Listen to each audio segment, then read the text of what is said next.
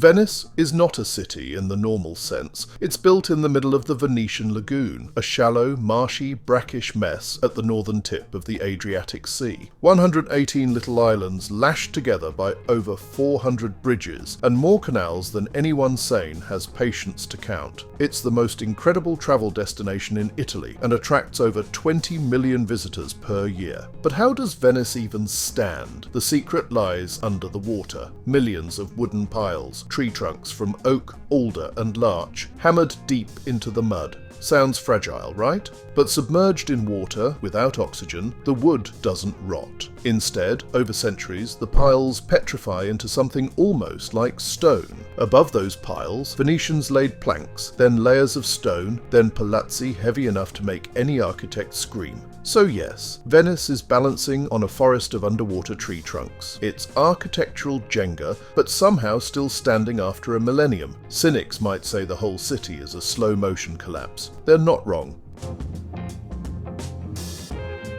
Venice has no cars, no buses, no motorways. Its streets are canals. Romantic when you're in a gondola, less so when you're carrying groceries and dodging rising tides. The Grand Canal acts as a liquid main street, while the smaller canals are basically Venetian alleyways. It's charming until you realise trash collection is done by boat and ambulances float like giant bathtubs with sirens. But the water giveth and the water taketh away. The lagoon floods regularly. High tides swallow piazzas, flood homes, and remind everyone that Venice is losing its eternal staring contest with the sea. Venice is sinking, slowly but surely, about 1 to 2 millimeters a year, depending on who you ask. Combine that with rising sea levels, and you have a city that feels like it's tiptoeing into its own grave. Scientists have warned for decades. Venetians nod politely, then order another pizza. Because really, what can you do? The whole city is one bad century away from becoming Atlantis. Venice was born out of panic. In the 5th century, when barbarians like Attila the Hun were turning the Italian mainland into rubble, people fled to the lagoons. Swamps aren't exactly prime real estate, but at least the Huns hated boats, so the refugees stayed. They built houses on stilts, then villages, then a city. Necessity, cowardice, and ingenuity combined into the strangest founding story in Europe. For over 1,000 years, Venice was a republic. Power was in the hands of a few rich families, each one more scheming than the next. The real genius of Venice wasn't its politics, it was its shipping. Venetian merchants turned the Adriatic into their personal driveway. Spices, silk, salt, slaves, if it could be bought, sold, or stolen, it passed through Venice. The city didn't conquer much land, it conquered trade routes. From the 13th to the 16th century, Venice was untouchable. It built a trade empire stretching into the eastern Mediterranean. No empire lasts forever, especially one built on boats. Venice became Europe's pleasure capital, a playground for aristocrats, gamblers, and Casanova himself. When Napoleon showed up in 1797, the Venetians didn't put up much of a fight. 1,000 years of independence ended with a shrug.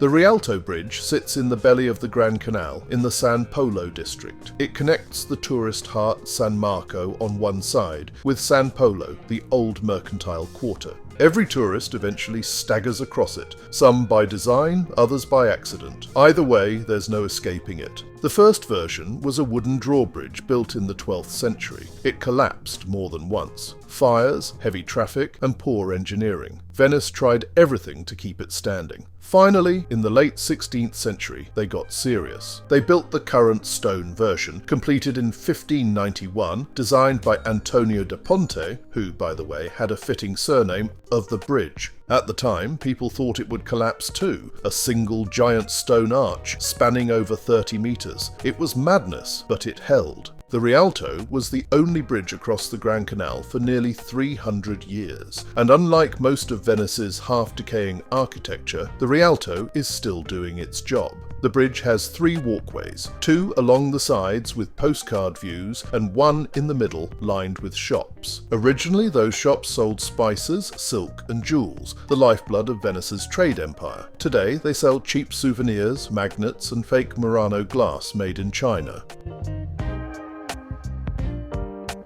The Grand Canal is Venice's spine. It divides the city in half, looping like a giant watery S from Santa Lucia railway station in the northwest, all the way to the basin of San Marco near the Doge's palace. It's about 3.8 kilometers long, up to 70 meters wide, and with depths of 5 meters. Unlike the city's smaller canals, the Grand Canal wasn't dug by man. It's a natural channel, a river estuary turned water highway. The Venetians, being practical, built palaces, docks and warehouses along it until it became the medieval equivalent of prime real estate. If you wanted your fancy mansion to show off, you didn't stick it in an alley. You put it on the Grand Canal where everyone's gondola had to float past it. The canal is lined with over 170 palazzi and churches, and every palace was a status symbol. The Grand Canal was, and still is, the main transport route. In the Middle Ages, it was lined with warehouses stuffed with goods from the east. Barges and merchant ships unloaded here. For tourists, the Grand Canal is the experience. Gondola rides cost about €80 for 30 minutes, even more if you want to hear some singing. Yes, the water is green, and yes, it smells sometimes. But no, it's not sewage, just stagnant lagoon life at work.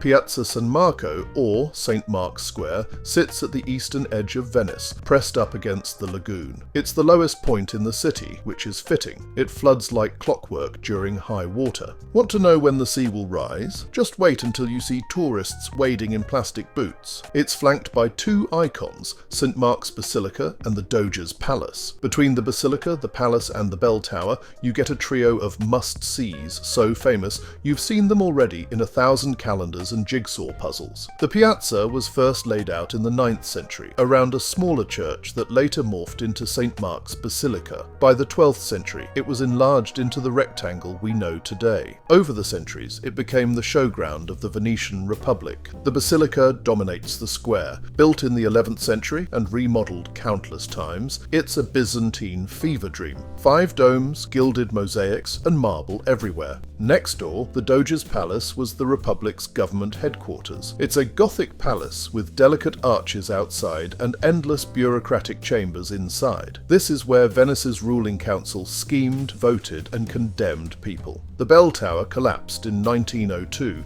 Miraculously, no one died except a cat. They rebuilt it exactly the same, proving Venetians love tradition more than innovation. Getting to St. Mark's is easy. Too easy. Just follow the crush of tourists from any vaporetto stop near San Zaccaria or Rialto. There are no signs pointing the way because there don't need to be. The human river leads you there. If you're coming by vaporetto, hop on line 1 or 2 down the Grand Canal. If you're allergic to humans, go early in the morning. Otherwise, accept your fate.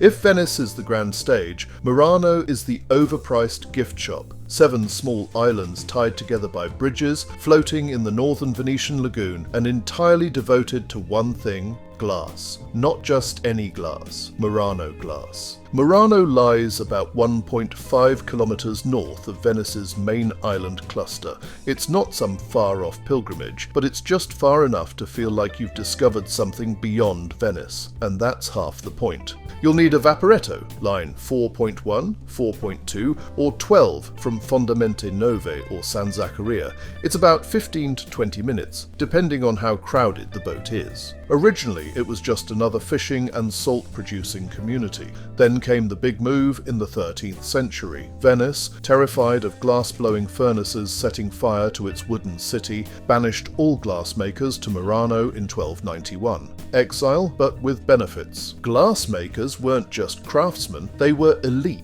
They had privileges, tax breaks, even the right to marry into Venetian nobility. The catch, they weren't allowed to leave. Glass blowers who tried to leave were hunted down. Venice treated glass recipes like military blueprints. Murano glass became legendary, and the island turned into the world capital of glass making. Murano was also the first place in Europe to make mirrors. Before that, people were staring at themselves in polished metal. Outside the factories, Murano is quieter than Venice. It has around 5,000 residents. There are narrow canals, little bridges, and pastel houses. Venice has many islands. Some matter, some don't. Burano sits firmly in the photogenic category. It's small, colourful, and aggressively charming. If Murano is the showroom for glass, Burano is the showroom for house paint and lace. It sits in the northern Venetian lagoon, about 7 kilometres from Venice. It's a cluster of 4 islands stitched together by bridges, surrounded by shallow lagoon water and marshes, which means it's both beautiful and slightly inconvenient. It takes roughly 45 minutes of slow chugging across the lagoon to come here. Burano began as a fishing village. The legend goes that fishermen painted their houses in bright colours so they could see them from afar when returning through the fog. Or maybe they just liked colours. Either way, the result is a town that looks like a candy shop exploded. Burano's houses are its identity. Each one is painted in a different bold colour, but it's not random. If you want to repaint your house, you need permission from the government, which assigns colours based on a strict system. By the Renaissance, Burano was famous for lace making. The Burano needle lace, delicate and insanely time-consuming, became prized all over Europe. Royals wanted it, nobles flaunted it. Then machines came along and killed the industry. Today, lace survives as tradition, and as a way to overcharge tourists for tablecloths they'll never use. Burano's leaning tower belongs to the church of San Martino Vescovo, the main parish church on the island. It was built in the 17th century, and at 53 metres tall it should be imposing, but the foundations sank unevenly, and the tower leaned. Classic Venetian problem. Have you ever been to Venice? Leave a comment and let us know. If you loved this video, please hit the like button and subscribe to World Travel Guide.